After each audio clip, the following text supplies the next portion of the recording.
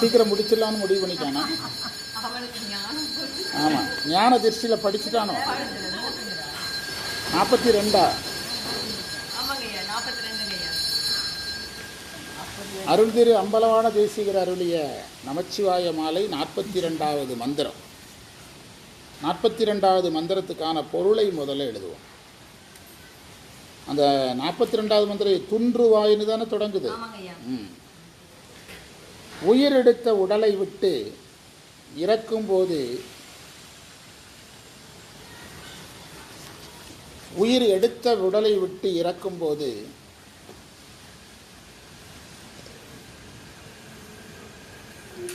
உயிர் செய்த தீவினைகள் இருந்தால்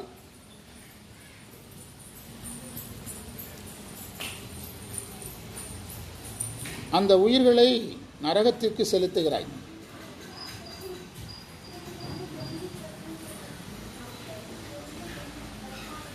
அந்த உயிரினுடைய மலங்களை போக்குகிறாய்.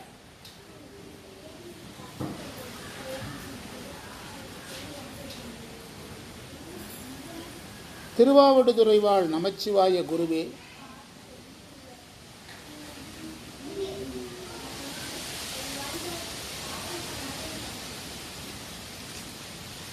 நமச்சிவாய குருவே, உயிர்களுக்கு அறிவு விளங்குவதற்கு அந்த கரணம் ஞானேந்திரம் இவைகளை தந்து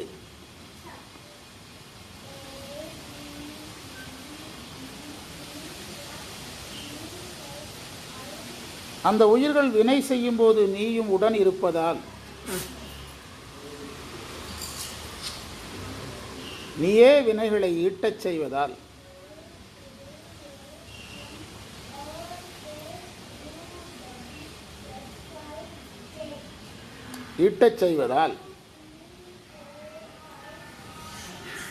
வினை செய்ய தூண்டுவது நீ என்று ஏன் கூறுகிறார்கள்? வினை செய்ய தூண்டுவது நீதான் என்று ஏன் கூறுகிறார்கள்?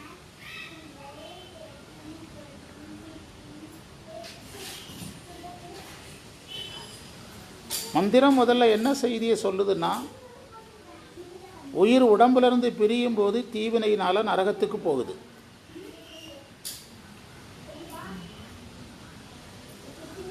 நரகத்துக்கு அனுப்புறது அந்த வினை, அந்த உயிரினுடைய மலங்கள் போகிறதுக்காகத்தான், உயிருடைய நன்மைகளுக்காகத்தான். அதை ஒரு பொது செய்தியாக வச்சுட்டு பிறகு ஒரு கேள்வியை கேட்குறார். என்ன சொல்கிறாருன்னா, நீங்கள் தான் இந்த உயிருக்கு அந்த கரணங்களையும் ஞானேந்திரியம் முதலியவற்றையும் கொடுத்தீங்க. நீங்கள் தான் கொடுத்தீங்க. வினை செய்ய வச்சதும் நீங்கள் தான். வினை செய்யும் போது கூட இருந்ததும் நீங்க தான்.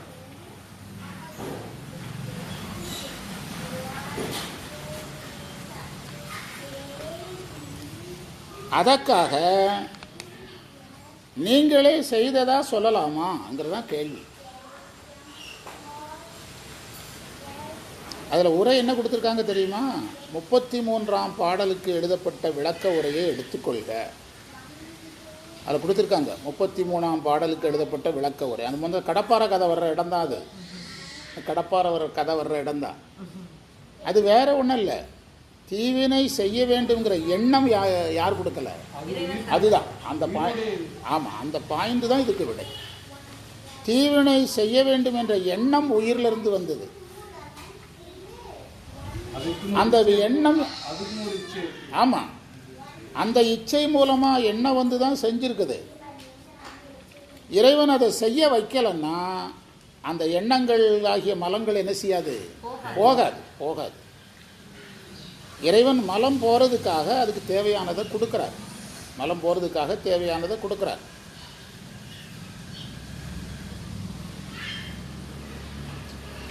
ஒரு பெரிய அறிஞராகவே இருந்தாலும் அவர் வந்து அடிப்படையில் அறிஞர் ஆகிட்டார். ஊர்லேயே அவர் அறிஞர்னு சொல்கிறாங்க. அதுக்காக அவருடைய குடும்பத்திலாம் நீங்கள் சினிமா பார்க்காதீங்க, அறிஞர்கள் வந்து சினிமா பார்க்குறது இல்லைன்னு சொல்ல முடியுமா? அவங்க வழக்கம் போல் தியேட்டருக்கு போய் வந்து, பேரன் போய் பேத்தி போய் எல்லாம் போயிட்டு வந்து இருந்து ஒரு கட்டத்தில் தான் அவங்களுக்கு என்ன செய்யாது புரியும். பயனற்றதை அந்த உயிர் நினைக்கும் போது நம்ம அந்த பயனற்றது தெரிஞ்சாலும் என்ன செய்து தான் ஆகணும், கொடுத்து தான் திருப்ப முடியும். எனவே அது இந்த விடையில் ரொம்ப கவனமாக இருக்கணும். தீமை செய்ய வேண்டும் என்ற எண்ணம் இறைவன் தந்ததல்ல, எண்ணம் மலத்திலிருந்து வருது. அப்போது அதை செய்ய விட்டால் தான் மலங்கள் என்ன செய்யும், போகும். செய்ய விட்டால் தான் மலங்கள் போகும். எனவே இது எல்லாருக்கும் தெரியுமா? இப்போ ஒருத்தர் தப்பு செய்துடுறாரு. இப்போ நீதிபதி எவ்வளவு படித்தவர், நீதிபதி சொல்கிறாரா, எனக்கு தெரிந்த வகையில் சைவ சித்தாந்தப்படி இவர் என்னது, இவர் இந்த தவறை விரும்பி செய்யலார், இது இவருடைய ஆணவ மலத்தினுடைய காரியம்னு சொல்கிறாரா? சித்தாந்தியாக இருந்தாலும் என்ன செய்ய முடியாது, அவங்க சித்தாந்தியாக இருக்க மாட்டாங்கன்னு சொல்ல முடியாது, இருந்தாலும் சொல்ல முடியாது. அங்கே என்ன, அந்த இடத்துல அதே மாதிரி ஒரு பொதுவான குற்றச்சாட்டு, சராசரி மனிதன் குற்றச்சாட்டு என்னென்னா, சாமி ஏன் இப்படி இவனை செய்ய விட்டுட்டாரு, அந்த குற்றச்சாட்டை தான் கேள்வியே கேட்குறாரு. சராசரியான ஒரு குற்றச்சாட்டு. ஆமாம், அப்படிதான் வரும். ஆமாம் ஆமாம். இப்போது நீங்கள் உங்களுக்கு ஒன்றும் வேண்டாம், கண்ணதாசனை விட அறிஞர்கள் பெருசாக, அவரும் பெரிய அறிஞர். அந்த காலம் செய்த கோலமடி கடவுள் செய்த குற்றமடி, காலம் செய்த கோலமடி கடவுள் செய்த குற்றமடிங்கிறார்ல, அது சராசரி மனிதன் எப்படி பேசுவானோ அப்படி பேசுகிறார். அவர் அந்த இடத்துல சொல்ல முடியுமா, சினிமா பாட்டில் போய் இது ஆணவ மலம் செய்த குற்றமப்பா, அதனுடைய காரியமப்பான்னு பாட முடியுமா? அதே தான் அந்த சராசரியாக கேட்குற இடத்துல நீ சைவ சித்தாந்த அடிப்படையில் அதை தெரிஞ்சுக்கன்னு சொல்ல வர்ற.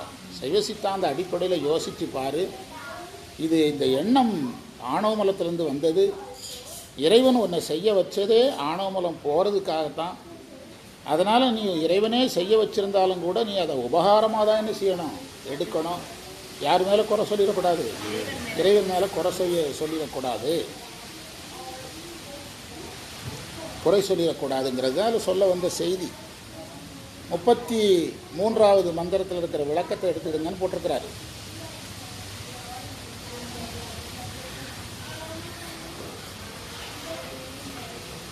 சித்தாந்த சிகாமணிங்கிற நூலில் 12வது மந்திரத்தை எடுக்க சொல்லியிருக்காங்க.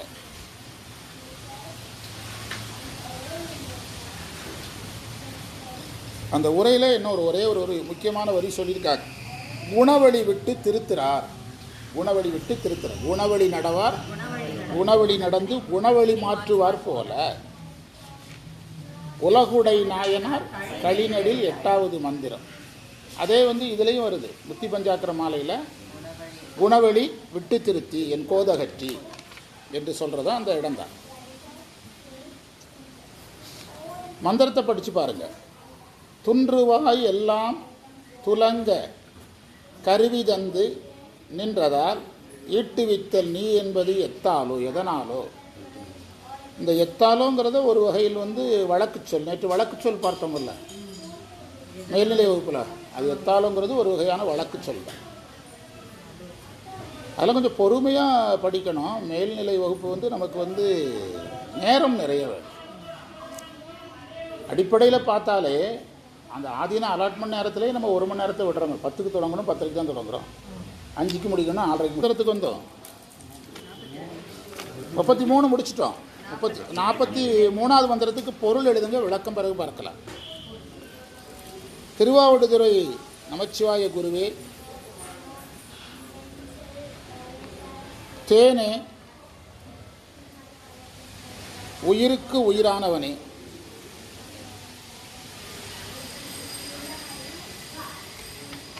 ஞான நெறியில் நிற்கின்ற தவமுடையவர்கள் உள்ளத்தில் தங்கிய திருமேனி உடையவன் நீ.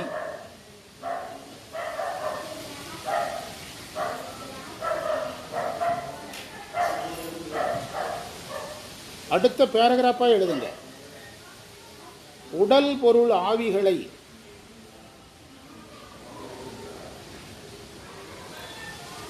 தீவினை செய்த நான் உய்வதற்கு என்னை அடிமை கொண்டாய்.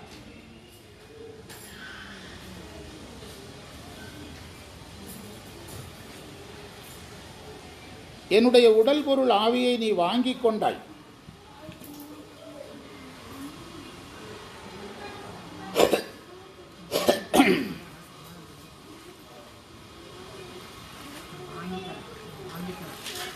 அதன் பிறகும் எனக்கு பிராரத்த நுகர்ச்சி உண்டு சொல்லுவது ஏன்னு கேட்குறேன்.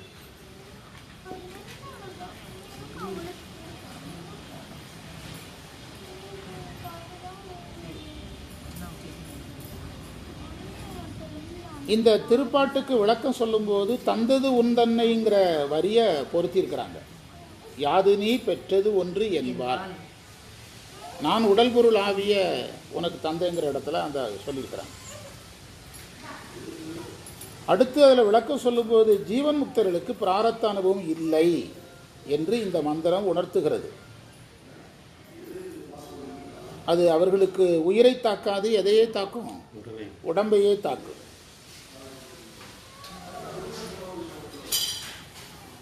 சித்தாந்த சிகாமணிங்கிற நூலில் 55வது மந்திரமும் இதைத்தான் சொல்லுது.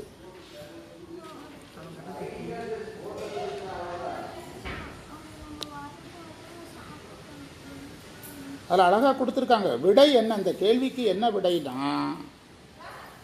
ஜீவன் முக்தருக்கு பிராரத்த நுகர்ச்சி உண்டு என்று சொல்லுவது அறியாமை. அறியாமை. ஜீவன் முக்தருக்கு பிராரத்த வினை நுகர்ச்சி உண்டு என்று சொல்லுவது அறியாமை.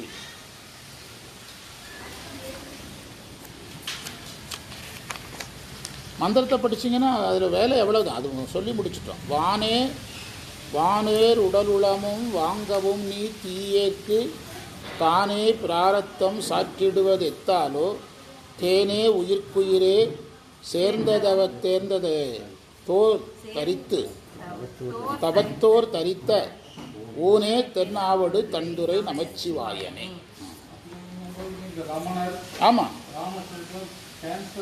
ஆமாம், அதாவது பிராரத்த வினை தான். பிராரத்த வினையினால் உடம்பை தாக்குது.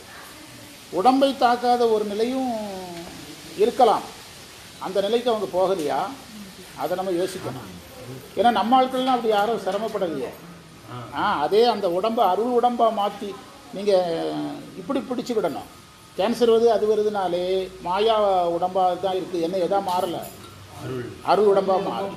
இன்னும் அந்த தாதுக்கள் 7 வகை தாதுக்களால் தான் உடம்பு இருக்குதே தவிர எதா மாறலை, அருள் உடம்பாக மாறலை. அதான் அர்த்தம். ஆமாம் ஆமாம் ஆமாம் ஆமாம் ஆமாம், அதுதான் நம்ம அதில் நுட்பமான செய்தி என்னென்னா, அந்த தாதுக்களாலான உடல் எதா மாறலை, அருள் உடம்பாக மாறலை. அந்த சிவபிரகாசம் 70வது மந்திரம் சொல்லுதில்ல, மாயை, அதாவது நீ கட்டுநிலையில் இருந்தால் மாயையும் கண்மமும் இருள், நீ வீட்டு நிலையில் இருந்தால் மாயையும் கண்மமும் அருள். அப்போ நீங்கள் வீட்டு நிலைக்கு போய்க்கு எதா மாற்றிருக்கணும், அருளாக உடம்பை மாற்றிருக்கணும். அப்படி வள்ளலார் போன்றவங்களுக்கெல்லாம் அது இல்லையே. அப்போ அவங்கன்னா அவங்களுடைய பயணத்தில் ஏதோ லேக்கிங் இருக்குது. அந்த அவங்க பயணத்தில் ஏதோ ஒரு லேக்கிங் இருக்குது. நம்ம ஞானிகளுக்கு யாருக்குமே அப்படி வரலாறு கிடையாது. நம்முடைய சித்தர்களாக இருக்கட்டும், நாயன்மார்களாக இருக்கட்டும், யாருக்குமே அந்த வரலாறு இருக்குது. இடையில வேணால் அந்த கண்ணு பார்வை போச்சுது, வைத்த வலி வந்து இப்படி ஏதாவது இருக்கும், அந்த ஃபினிஷிங் இருக்குது. ஆமாம் ஆமாம் ஆமாம். அப்போ அந்த பிராரத்த வினையை உடம்பு அனுபவிக்கும் போது உடம்பு எதா மாறி இருக்கணும், அருளுடம்பாக மாறி இருக்கணும். அருளுடம்பாக மாறும்போது அது பெரிய வகையில் அது அனுபவம் மீண்டும் யாருக்கு தான் போகும், உடம்பு தான் அருளாக மாறிட்ட மீண்டும் இறைவனுக்கு தான் போகும். ஆனால் இவங்களுக்கு அப்படி கிடையாது. அவங்க அந்த ஞான நிலைக்கு போயிருந்தாலும் சித்தாந்த ஞானிகளோடு ஒப்பிடும்போது இந்த இதில் இருக்குது சித்தியார் பரபக்கத்தில், இவன் வந்து உடம்பை நாம் குத்தும்போது ரத்தம் வருதுனாலே தாதுக்களான உடம்பு தான், என்ன உடம்பு இல்லை, அருள் உடம்பு கிடையாது அப்படின்னா அது எழுதுது சித்தியார் பரபக்கத்தில் இருக்கு. அப்படி கிடையாது. அருள் உடம்புன்னா இந்த 36 தத்துவ உடம்புல தான் இருப்பாங்க. இந்த உடம்பு கட்டுக்கு, அதான் இந்த உடம்பு கட்டுக்கு பயன்படாது. எதுக்கு தான் பயன்படும், வீட்டு நிலைக்கு தான் பயன்படும். இந்த உடம்பை வச்சு அவங்க கெட்டதை ஈட்ட மாட்டாங்க. அந்த உடம்பை வச்சு கெட்டதை ஈட்ட மாட்டாங்க, நல்லதை ஈட்டும். அங்கமாலை மாதிரி வாழ்த்தவாயும் தலையை நீ வணங்கா என்று அந்த சுத்த நிலைக்கு பயன்படுத்துவாங்க. அப்படி தான் நம்ம அதை புரிஞ்சு விடணும். சரியா? இப்போ மாணிக்கவாசகருக்கு இறைவன் திருப்பெருந்துறையில் மானிட சட்டையில் வாங்கினா வந்தாருன்னா அது வந்து அருளே உடம்பெடுத்து வருது. இது ஒரு தாயினுடைய வயிற்றில் வந்தது தானே. ஒரு தாயின் வயிற்றில் வந்தது தான், வந்தால் முடிஞ்சது. 36 தத்துவம் தான். அதுக்கு பிறகு அருளுடம்பாக மாற்றுறதுங்கிறதுக்கு டெஃபனிஷன் இவ்வளவு தான். என்னது? அந்த சாதகன் தன் உடம்பை கட்டு நிலைக்கு என்ன செய்ய மாட்டான், பயன்படுத்த மாட்டான். வீட்டு நிலைக்கு பயன்படுத்துவான், சுத்தத்துக்கு பயன்படுத்துவான், அசுத்தத்துக்கு பயன்படுத்த மாட்டான். பிறகு அவன் உடம்பில் இருக்கக்கூடிய, நம்ம நேற்று கூட படித்தோம், இதை விட்டு அவன் ஒருவுதல் என்பது அறிவினால் தான் அதை ஒருவுகிறான்னு மேல்நிலை வகுப்பில் படித்தோம். அறிவுனால தான் அவன் இந்திரியங்களுக்கு வெளியே போகிறான். ஆனால் அவனுடைய நினைவுனால் இந்திரியங்களை விட்டு எங்கே போக முடியும்? இப்போ எனக்கு ஒருத்தருக்கு ஞானம் வந்துடுது, வந்ததுனால அவர் கண்களை விட்டு தனியாக எங்கே போக முடியும், காதுகளை விட்டு எங்கே போக முடியும்? ஏன்னா வியாபகப் பொருளுக்கு ஒருவுதல் உணர்ச்சி விசேடமே. வியாபகப் பொருளுக்குன்னா உயிருக்கு, ஒருவுதல்னா நீங்குதல், அறிவால் தான் நீங்க முடியும். ஒரு ஞானி சொல்கிறாரு, நான் இந்த நாக்கை வச்சு என்ன சாப்பிட போகிறேன், நாக்கு இருந்து எனக்கு என்னத்துக்கு அப்படின்னா நாக்கை கழட்டி வைக்க முடியுமா? எது கூட தான் அவர் இருக்கணும். ஆனால் அந்த நாக்கை அவர் கட்டுநிலைக்கு பயன்படுத்தாமல் எதற்கு பயன்படுத்தணும்? சுத்த நிலைக்கு பயன்படுத்தணும். அப்படி தான் நம்ம புரிஞ்சுவிட முடியும்.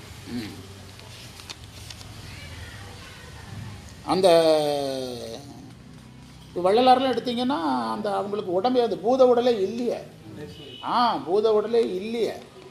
நீங்கள் மிகப்பெரிய ஞானிகளாக தமிழ்நாட்டில் அறியப்படுறவங்க பல 100 வருஷங்கள் எத்தனையோ வருஷங்கள் வாழ்ந்து இறக்கும்போது பூத உடல் இருக்குதல்ல. அதையெல்லாம் ப்ராக்டிக்கலாக நீங்கள் பேசணும். அப்படின்னா தான் மாணவருக்கு அதை கொண்டு சேர்க்க முடியும். இல்லைன்னா ஒரு கற்பனையிலேயே நம்ம அவங்கள என்ன செய்த மாதிரி இருக்கும், அழைச்சிட்டு போன மாதிரி இருக்கும். திருவாசகத்தில் கொஞ்சம் ஒரு 5 வரைக்கும் பொருள் பார்த்துட்டு கிளம்பலாம்.